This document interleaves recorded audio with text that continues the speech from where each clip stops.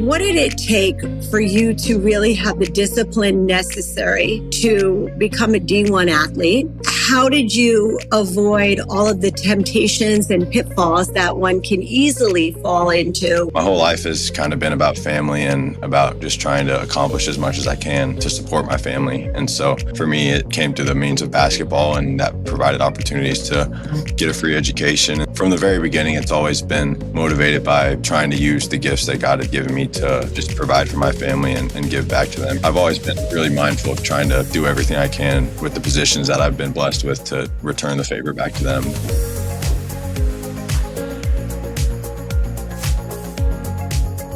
Hi, everyone. Welcome back to the podcast. I'm Lisa D. Murphy, and today we have two incredible guests. My husband, Mark Murphy, is joining me. Hi, Mark. And you know I am not going to introduce our guest because I was saying earlier off camera, I think secretly Mark wishes this guest was one of our children. He really has incredible things to say about this person. And as most of you know, Mark is an Indiana Hoosiers diehard fan. I think he still thinks he goes there. And he's also a board member. And we have great joy and pleasure in being at all the games, really investing a lot of time in helping the teams, the players, and the school to succeed. We're crushing it right now. And I know that my husband, Mark Murphy, would love to introduce our special guest. Well, I will tell you, Lisa, thank you. I just said, Anthony came to my attention through his illustrious career on the court for the Hoosiers over a 5-year period of time. I knew he was a local Bloomington kid, a Mr. Basketball, and just enjoyed watching him play for a number of years. But when Anthony really came to my attention, and quite frankly, Lisa, came to the attention of the country, was when he used his NIL money to pay his sister's tuition. And I think that put him on the map and differentiated him from everybody else on the planet. And as I got a chance to know him, and we're getting a chance to know him, I would describe him as a guy that there's just no right way to do the wrong thing.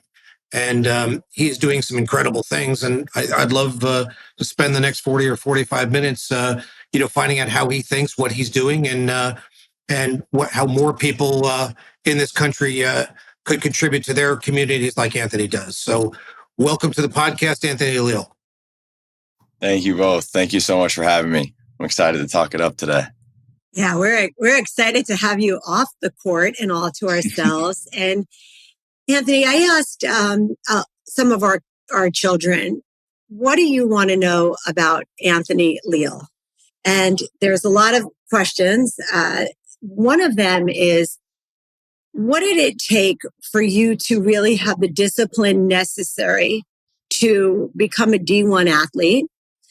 And how did you avoid all of the temptations and pitfalls that one can easily fall into with that kind of recognition and status, still succeed both on the court and academically, and now what it is that you're doing now? So can you kind of take us through the timeline in your story? Yeah. Honestly, the quickest way I could say it is just that it feels like it might have been a little bit of a miracle. A lot of credit to my parents and my sister for being so great to me as I was growing up. And, I'd like to think they did a pretty good job raising me around the right things. But my whole life has kind of been about family and about just trying to accomplish as much as I can to support my family. And so for me, it came through the means of basketball, and that provided opportunities to get a free education and then now to start some businesses. But I think from the very beginning, it's always been motivated by trying to use the gifts that God had given me to just provide for my family and give back to them. I always recognized the sacrifices that my parents had made for me and my sister growing up. And my sister's the whole reason that I played basketball in the first place. So I've always been really mindful of trying to do everything I can with the positions that I've been blessed with to return the favor back to them. And honestly, that's been a bunch of different ways. Like Mark had mentioned, paying off my sister's student loan debts was something that was really, really special to me. But along the whole journey, I think obviously there's ups and downs with everything, but I think it's really, really powerful to have the right purpose and the right motivators. And for me, it was always faith and family. And I think still to this day, and as I transition more into business, it's still the same sort of guidelines for me as, you know, keeping faith first, and then how can I provide for my family and help provide for others. But obviously, like you said, there's a lot of distractions and a lot of things that can get in the way between here and there, and that happens to some people. But I'd say honestly, that's part of why I'm in the business that I am now, is trying to support people who are in similar situations as me and help them, create a bigger difference around their own communities. Anthony, what specifically, when you say your sister is the reason you played basketball, can you talk about that relationship? Yeah, I mean, growing up, she is 17 months older than me, and I've always kind of looked up to her in tons of different ways. But we played a lot of different sports, and basketball kind of stuck with her. And being the younger brother, I was like, I want to be like my sister. So basketball stuck with me as well. I mean, growing up, we were working out together. She actually played in elementary and middle school on my basketball team, so she was the only girl on an all boys team playing 2 grades up. So we were first grade playing third grade, or second grade playing against fourth graders. So we were always kind of, outnumbered and smaller, but she was a really big motivator for just the strength and the determination that it took to do that. And then moving into high school, she started to deal with some knee injuries. And I think over her high school and college career, she had, I think, 4 ACL surgeries on her knees. And that kind of forced her to stop playing, which was heartbreaking for all of us, because it was truly her love and her passion. And so when she had to stop playing, I started to wear number 3 because that was the number that she wore. And so now I've worn number 3 ever since then, because, for me, it was like she is the reason I played basketball, and she had it taken from her far too soon. So to be able to wear that number in honor of her, and then kind of let her live vicariously through me, because her dream growing up was also to play basketball at Indiana, just on the women's side. And so she wasn't able to do that due to injuries, but she was able to hopefully get some of that experience through, supporting me on my, journey through Indiana basketball. One of the things that I feel is missing in our society is vulnerability. And the way you just shared that, first of all, it made me cry. And it's really cool to see a really big, tough guy being so open and vulnerable with his heart, and to speak from that place. You are a mentor to so many people. I am so honored to have you on today, because I don't think men have an opportunity to hear other men talk this way. And at the end of the day, if we don't have great friends and family, what do we have? It's all about the quality of our relationships. And I know that your team, 100%. What was that like, being part of a team for 4 years? And now it's hard enough to leave college and kind of leave that bubble. But you also left a family that you kind of were with day in and day out, and went through so much together as a team. And I know there's an adjustment period when students graduate. What was that like for you in particular?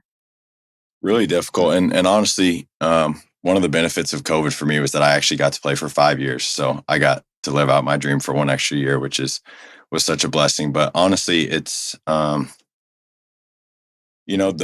relationships that you build throughout a college career, or any career, high school even. I'm still really good friends with those, but the bonds and the relationships that you build through that are so special, because you go through highs and lows, and you're part of a group that's working together towards one goal. So for me, college had ups and downs. There was times where I was up on the mountaintop and down in the valley, but at the end of the day, I was able to kind of try to stay humble, I guess, about all of it, because I knew that I was doing it for a purpose bigger than myself, and being a part of something that I always dreamed of being a part of was really, really special. So whether it was making game-winning shots or not playing in a game at all, I think the highs and lows of college sports kind of helped me deal with some adversity, I guess, and find ways to fight through it. And honestly, the main ability for me to be able to fight through it was understanding that it's not just about me. It's more about the people I'm around and the people I could be, hopefully motivating or inspiring to do something one day. But as you talk about that transition outside of sports, it's been really, really difficult. I think, it's your identity for a long time is, I'm Anthony Leal, the basketball player at Indiana. That was my identity. That's how I kind of introduced myself. And now it's like, it's kind of weird. Do I introduce myself as like a former basketball player or now a business person who I'm trying to break into the entrepreneurial world? But it's just something that a lot of people struggle with because it's such an identity change. And um, I've tried to be mindful throughout my career not to make my identity that I was a Indiana basketball player by trying to do other things and be in the community and try to be more than just an athlete. But at the end of the day, it's a really big piece of that. And so the transition outside of that has been pretty interesting for me is almost just rediscovering what I want my identity to be and trying to help others along the way with that. So it's not always been easy, but I'm really proud of, the growth that's happened so far. Anthony, a small part of our business is I'm an NFL registered player financial advisor, and we work with about 60 or 70 celebrities and athletes. And I can't tell you how many, I had one client last year who had 3 children the same month with 3 different women. I've had people with legal issues, bankruptcy issues, all those other things. Yeah. I want to get into your passion and some of the business you're in. We want to get to that eventually. But I'd rather go back to you're a local hometown guy. You didn't take basket weaving as a course. You went to the Kelly Business School, one of the top 10 business schools in the country. And I think you now have a master's degree from Kelly as well, undergrad and master's. You were practicing with one of the best basketball teams on the planet for 5 years. Tell me for a guy who's now 17, 18, 19 years old, how do you start becoming aware that, hey, there's maybe life after basketball? And, the first time I became aware of you, when you became real estate licensed, or, what was that sort of journey where you go, oh, I could do this and I could do this, or the awareness? Because I think there's so many people that are not only your age and older, but your age and younger who don't know what they want to do and don't know how, and they don't know how to do it. So your journey, I think, would be very helpful for them.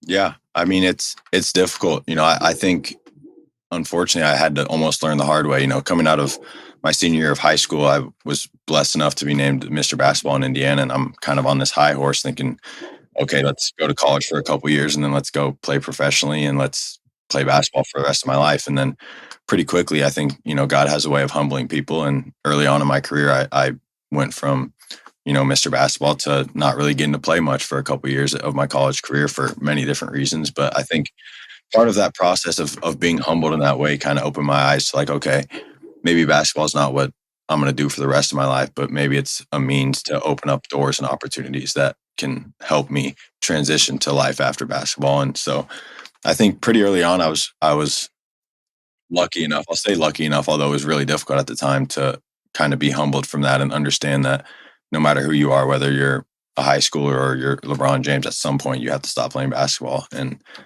there's got to be something that comes after that. So for me, especially being at Indiana, being at the business school was something that I was really looking forward to. Not necessarily knowing right away that I wanted to, start a business or two or do different things, but knowing, okay, if the ball does stop bouncing, this business degree of some sort should help me in some way or another. Not really knowing how it would, but knowing that, it's an opportunity to get a free education, which is something that not many people get. And to take that for granted would be a real shame. So I went into it with a pretty open mind, got my undergraduate degree in entrepreneurship and corporate innovation from Kelly, and then also got my MBA in finance. So tried to just cast a wide net and understand that I'm in a really, really interesting opportunity that can create, like I said, the ability to give back to others and especially my family. So I tried to take that as much as I could. But like you said, it's really hard. And I'd encourage a lot of people to understand you can still have goals to, be a professional athlete and do all these things. But no matter what sport, your body at some point is going to say you can't keep playing this. And it can be really difficult afterwards if you haven't taken some steps in the meantime to, set yourself up after basketball. what was the first and second thing you did? Like, what was the first like concrete thing that somebody could say, this is what I did, so they may be motivated to do the same thing? As far as after, Yeah, like you said, like when did you get your real estate license as an example? yeah, I got my real estate license my sophomore year of college. So when NIL started, I thought, maybe there's an opportunity. Back then, all the deals were a free cheeseburger or $20 for an Instagram post. But I was like, maybe I could get my real estate license and help someone sell a house and then make some money off that from NIL. So got my realtor's license. Have been doing that now for the last 4 years while still obviously playing basketball and getting an education. So that was definitely one thing that started. And then I would say just overall leaning into the opportunity that you have, especially as a student athlete, to network and to open doors and to ask questions of people who are maybe in a position that you want to be in one day. I try to tell people all the time that your time as a student and especially as a student athlete is almost a get out of jail free card to just ask questions shamelessly. Like you're kind of looked at differently when you're a student or an athlete, that it's okay to ask people who are older than you or more experienced than you questions for advice or for different things. So I'd say just shamelessly networking and asking as many questions as I could, not always knowing where it would lead, but knowing that it, there's a lot of generous people out there that are willing to help and not being afraid to ask for it. Anthony, they say commitment is doing something long after the feeling you said you were going to do it in is gone. How did you avoid all the temptation? There's a lot. There's sex, drugs, and rock and roll in college. There's a lot of late night partying.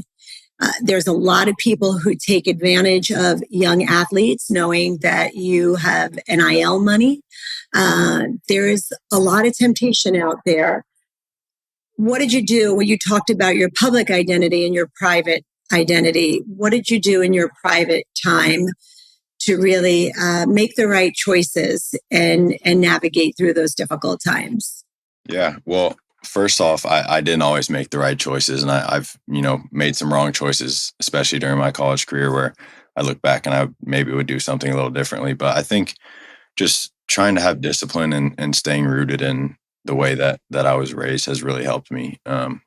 It's NIL and college sports in general are giving a lot of young people a lot of different opportunities and putting a lot of different people in our world now, because there's a lot of money being handed to a lot of really young people. So it can be a blessing and a curse. And I think not letting the money control who you are or what you do is something that's really, really important. And obviously I've never been perfect about it, but I'm always trying to not just take care of myself, but also take care of other people who are in similar situations. Because I've known a lot of other fellow athletes and friends of mine who maybe have been taken advantage of or have lost money doing certain things or have, wasted money on things that maybe weren't the smartest idea. But I think having the perspective that if you're going into a college sport and it's especially one of the, revenue generating sports, you can graduate your career having made several $1,000,000 and at a young age of 18 to 22 years old, like that's an incredible opportunity. So trying to be mindful of that and making some mistakes on the way, but surrounding myself with people who are in my corner, not from a financial standpoint, but just from a me standpoint, knowing that, okay, if I do get some money here and there, they're not going to try to take advantage of me. Mark, what would you tell the viewers? There's a lot of young athletes out there right now and not just athletes, there's a lot of people, a lot of influencers, a lot of young people making a lot of money very quickly. What are some of the strategies that you tell people like Anthony? I would say that it was so tough out there because of the temptation out there that I think you have to realize. I think one of the things that I so appreciate about Anthony is the groundedness that his parents had given him, his faith that has helped him. I know that you and I have that too, Lisa, in the sense that sometimes that temptation could cause you to become not a good version and maybe the worst version of yourself. And I think that it first starts with you have good values.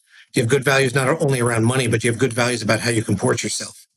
And I think part of that is that it's helping people get prepared. And I think that Anthony is so fortunate that he had that family background and that faith. My biggest problem with so many athletes here is they have no guidance. Come from broken families, come from families that are it's the family's payday. It's not the athlete's payday. There's people that grew up in neighborhoods that they don't think they're going to either live or not be in jail by the time they're 30. And I think it first starts with helping people to really get grounded to a place that there's a bigger, better future out there, and you have this opportunity. It's within your grasp. And I think once you get your mind right and you get your mindset right, well, then the game can slow down and everything can become possible. Anthony, there's a lot of exciting things happening for you right now. Tell us about your what's next, and what are you most excited about? And also, you really had that discipline and that fortitude to say, hey, I may not be an athlete forever. I need to properly hedge myself because I kind of like the money and I like the lifestyle and I like being the popular guy that gets to play.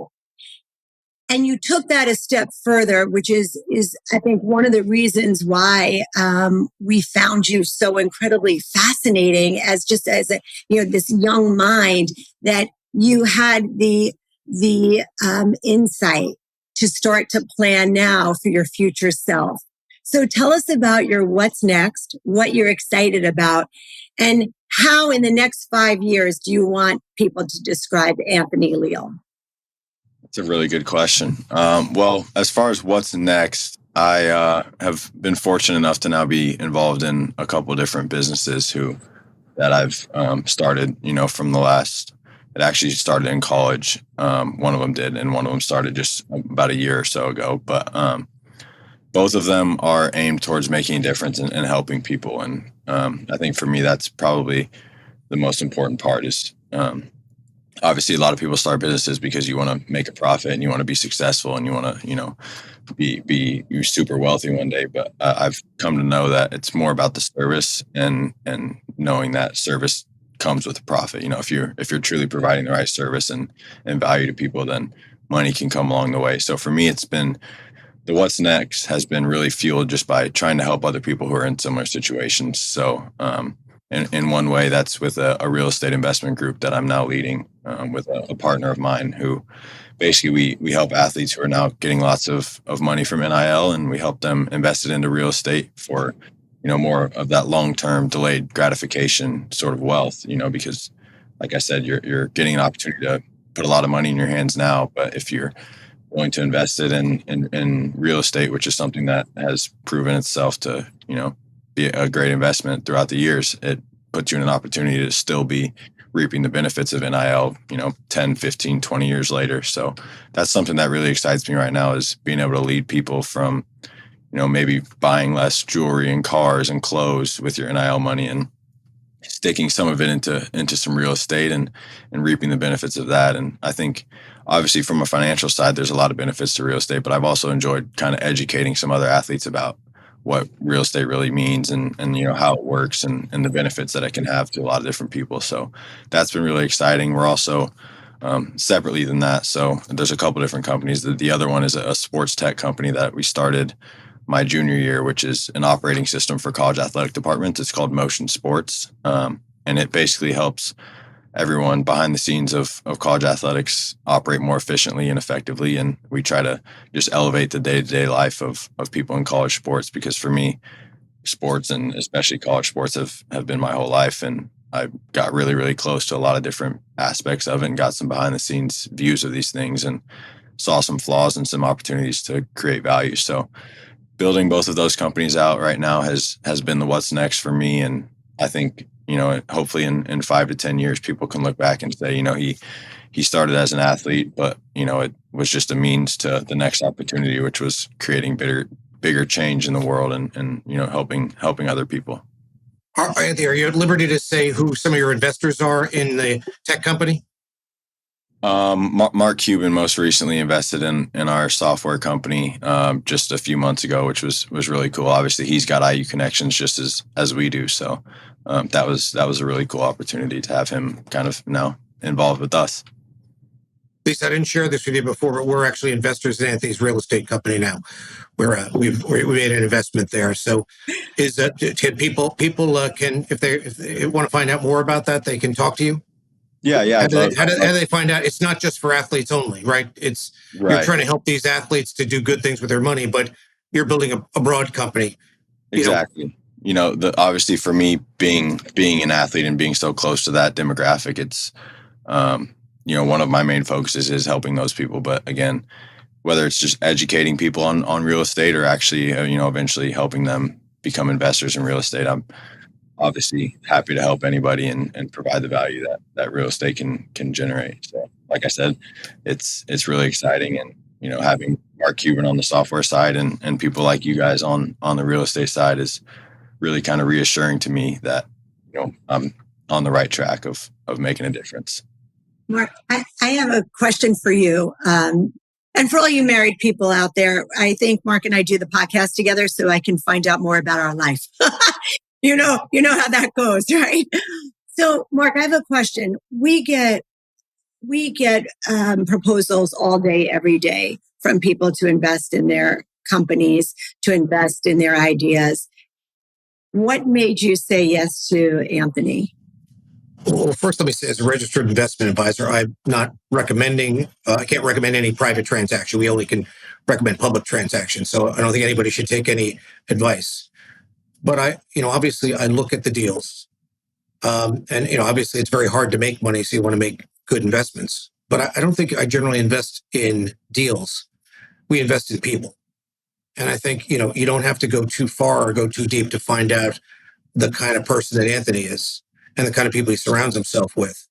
And so the idea is you always want to support, you want to root for people that do the right thing. And I also think that the thing also is not only, it's not just about money, it's about, I have to use the words help. Remember our language, Lisa, is very similar to Anthony's language in the sense that every day we just want to make a difference in the lives of all the people we touch. We want to create as much wealth and abundance in the world as possible. We want to have fun working with high integrity people. And I think, at this point, we just want to we just want to leave things better than we found it. And, the idea is that, you're one person, Lisa, I'm one person, so is Anthony. And by ourselves, it's hard for us to really move the needle in the world, to make the world a better place. But if we have 1,000 people like the three of us, imagine the work that we can do to create a better community, a better country, a better world, and be able to help more people. And so I'm, that's the stuff that gets me excited. It's not the deal itself, or it's not the money itself. It's about the gift is always in the giving, and the gift is always in helping other people. And like what I would say is, and it's irrelevant, for instance, what Anthony paid off his sister's college loans. It's irrelevant what the number is. I don't know. I don't want to know what it is. I don't need to know what it is. But I will tell you, as somebody that invests money for a living and invests other people's money for a living, I am going to tell you that the ROI on that investment is going to be hundreds of millions of dollars. That I'm going to predict that if we're doing this, and hopefully I'm alive in 20 or 25 years and we can have this podcast again, the three of us, is that investment he made in his sister's tuition that he did just out of a place of giving. But the unintended, because it's never about the splash, it's about the ripple in life. The ripple from that event is going to create not only multi-generational wealth for Anthony and his family, but multi-generational wealth and abundance for thousands or hundreds of thousands or millions of other people because of that gift. And so imagine if we could all take his example and lead the way he has. Wow, amazing what kind of world we live in. I agree wholeheartedly, and I don't think there's any wrong way to always do the right thing. And sometimes it doesn't feel easy to do it, but it feels right to do it. And I think what it says to me, Anthony, from looking through a different lens is you didn't have any fear. You had complete and total trust in doing the right thing was going to lead to just a peace in your heart that was bigger than anything outside of you. And that feeling and knowing that you were able to lift up somebody who was the wind beneath your wings for so long was far greater than any watch or car or anything. And Mark and I live by that. Sometimes it's not always easy to make that donation, but it's right. And it just always comes back, and people say you're lucky, and we say we're not lucky. We're blessed that we have the ability to not live restricted by fear and to trust when it feels right in our heart. It usually lands right in our gut, and it leads us to the right thing. And your whole story really is that. It's learning by your mistakes, being so incredibly transparent. I didn't do everything right in college. There are things I'm not proud of. Oh, wow, you're human, like all of us. And I think that is just as important as you did so many things right. I want to talk about for a second, because I think we are plagued in this world by shame and guilt. And the rate of suicide, anxiety, depression is through the roof, because on social media, there's just all the good stuff that's out there. And what we don't ever talk about is, I can't throw a rock. I am the last person to throw a rock at a glass house. We're all part of being part of a story that we're not proud of, making mistakes that we don't want people to know and we don't want to share. And what did you ever do with those feelings the next day when you're like, or maybe it was a year, or maybe it's 10 years later, and you're not so proud of that, because now you're in the public eye, whether you want to be or not, here you are, and you already have a little bit of a story, and you know a lot of your teammates do as well. How do you guys really overcome that? It's really, really difficult. I mean, I recently heard this saying where, a lot of people spend a lot of their life worried about what other people think, and then some of their life realizing, nope, that, it doesn't matter what other people think. And then the smallest bit of their life realizing that most people aren't really thinking about you in the first place. And not to say that you're not, an important person to other people, but a lot of times it gets, super played up that what other people think of you is super, super important. And I think basketball is a big part of helping me realize that, it's really important to separate yourself from who you are versus what you're doing. And for basketball, it was, maybe I do miss a shot, or maybe I do, my team does lose a game, but there's a lot more to who I am than that one performance or anything. So I think that really helps me kind of separate myself from what's actually going on, and understanding that, it's not always you that's the issue here. Maybe, this time it just didn't go your way, but knowing that you're doing things the right way has always given me a lot of peace and satisfaction, whether things go the way I would have wanted them to or not. But I think the ability to separate yourself from every moment and everything that happens is really important. It gives you that perspective that, shame and fear and struggles and failures happen to every single person every day, but it's more about just continuing to press forward. And like you said, social media makes that kind of difficult because it dehumanizes a lot of things, and it also, romanticizes a lot of things, because you see the highlights of a lot of different people's lives, and sometimes it's real, sometimes it's not. You don't really know. So, social media can be great and really advantageous to people, but it can also be really, really, devastating. So understanding that, what you see on social media isn't always the truth. And some people that you might think are doing great and super happy and successful on social media could be really, really struggling on the inside. So, not just to say you shouldn't be comparing yourself to other people, but that you should also, reach out and show concern and love to everyone, because you really never know what's truly going on. And, when someone's really struggling, and that, hits really personal to me. I lost one of my childhood best friends a few years ago to suicide. And this was right before the Big Ten tournament, and it was really, really devastating. And then we go to the Big Ten tournament up in Minnesota, and I make a game winning shot to help our team move on. And just the emotions from that, it gives you a perspective. The game and the game winning shot was really special, but there's a lot more to life than, your successes and your failures, and people should be treated that way. First of all, I want to say our heart goes out to you and his family, and suicide is close to all of us at this point. I don't think any person that I know, it's like cancer. We all know somebody who's either suffering or know somebody who's suffering. I think it's part of our world right now. And we really need to talk about all of the stuff that you just spoke about. And it's not just what it looks like on social media. People are really struggling, and we celebrate the glory and we share the success, but to know we're humans and we all struggle with those thoughts. And I think what separates you from the majority of most people in moving forward is your self-talk. So what's some of the stuff that you say to yourself behind the scenes before a game when you probably just want to stay in bed and not get up and have to get through that day? How do you mentally prepare?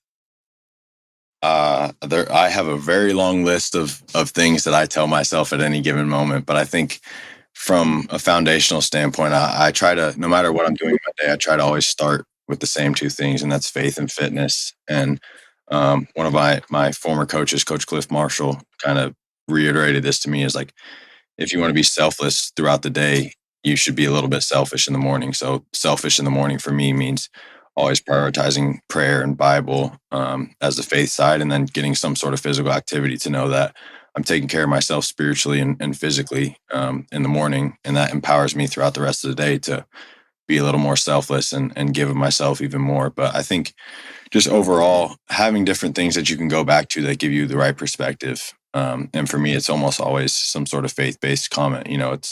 I'm playing basketball, but that's not who I am, or understanding that Jesus died for our sins, and if you look at the cross and Jesus on that cross, you can't say that you don't matter, because Jesus proves that you matter. But you also cannot say that you are the point. It's like, if you're looking at Jesus and his sacrifice for us, it proves that you matter as a person, but it also proves that you're not really the point. And the point is a lot bigger than just you as an individual. It's more about life and faith and bringing those around you closer to God. And so reminders like that for me are really valuable, because it separates me from whatever I'm doing and kind of downplays, I guess, a little bit in my own mind that, what I'm doing could be great and really, really special. But at the end of the day, it's about more than a dollar bill or a ring or a chain or a car. It's about who you are as a person and the relationships that you can build while you're here. I appreciate that, and I appreciate the transparency and the reminder to how we start our day is probably the most important part of the entire day, and people are just rushing through everything, and at the end of the day, it's about connection to ourselves first. And I learned so much from you. It's incredible to show up as a student on these podcasts and to really allow the teacher to appear. And I already have a name for your book. It just came to me as you were talking, and really. What is it, Lisa? What is the name of his book? What should the name of his book be? I can't let someone else copy it. That's a conversation for Anthony and me privately. Okay. Mark, you'll just have to wait till it's published, and then you can find out what it's called. You can buy it. So, Anthony, pre-ordering. How do we get in touch with you? How did people start following you? How do potential investors, and like Mark said, we can't ever recommend, we can share what we do, but we would never ever recommend somebody should do this or that. That's their own. How do they get in touch with you? Social media. I'm mostly on Instagram and Twitter, but I also have a Facebook, and my username is Anthony Leal, except the E in my last name is a 3. So obviously my DMs are always open, and whether it's for educational purposes or to learn about business or just to talk, faith and sports and life, I'm always an open book and love connecting with people. Mark, This is amazing. And I want to thank you for really helping me to understand who Anthony is. And now I know why you love him the way that you do, and you're cheering him on the way that you are. And I'm happy to be part of this, Anthony. Mark, is there anything you want to say before we start to wrap up? The only thing I could talk about this for hours, but different things. But I would just say the one thing: as a serial entrepreneur, as you're talking to three fellow serial entrepreneurs, what's easy? What's easier than you thought it was going to be? What's harder than you thought it was going to be so far?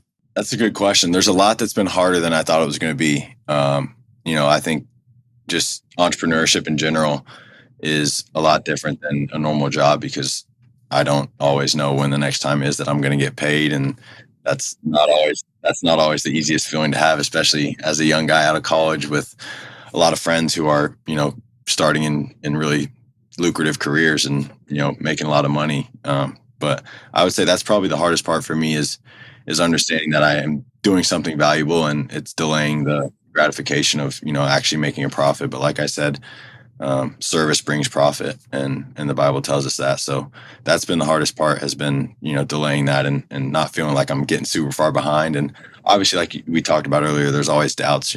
Should I be doing this? Am I right for this? Is this the right thing to be doing? But I think that obviously that comes and goes. But for me, the easiest part has just been being able to help other people. I think it's really exciting to wake up every day and know that there's an opportunity for me to help other people and help myself and help my family. So it's entrepreneurship has been a blessing and a curse, and more of a blessing than a curse. And I think that that's worth enough for me. Hey, Anthony, when people say, what do you do? And you're like, I'm still struggling to figure it out. When you figure it out, let me know, because I'm in the same boat. I'm an entrepreneur. So how do you can't really define I go into a 15-minute speech to kind of explain what I do. And I think it's, that's what we're go-givers who invest in great ideas and work really hard to make sure that we're doing the right thing. And like Mark said, and I think this is great for full circle, it's really about building those networks of people that have the same core values. And as long as we're in it together, I think the sky is the limit. So I know how busy you are. I know how many people are pulling at you. And I really want to thank you for taking this time to give back, to share openly, to encourage others to really make some sense out of what it looks like from the outside and what it really feels like on the inside, to give a moment to acknowledge your friend and your sister. I think it's through our challenges. I know certainly through my own challenges in life and the really hard times, those were the opportunities that really defined who I am now as a human being. And it's not always easy when we're going through those struggles, but it's always worth it to get through it, as my husband says, with grace and with elegance, and that brings ease. So I just want to say thank you so much. This was just an honor. And I just feel like warm and fuzzy walking away from the show today. Thank you. I really appreciate you both for having me on. This was awesome. It's always a pleasure. All right, everybody. Thank you so much. I loved doing this show today. I want to thank you all for listening and clicking that like button. Follow Anthony Leal. Stay tuned. We will definitely have him on again. And as always, thank you for joining. I'm Lisa D. Murphy. Bye, everyone.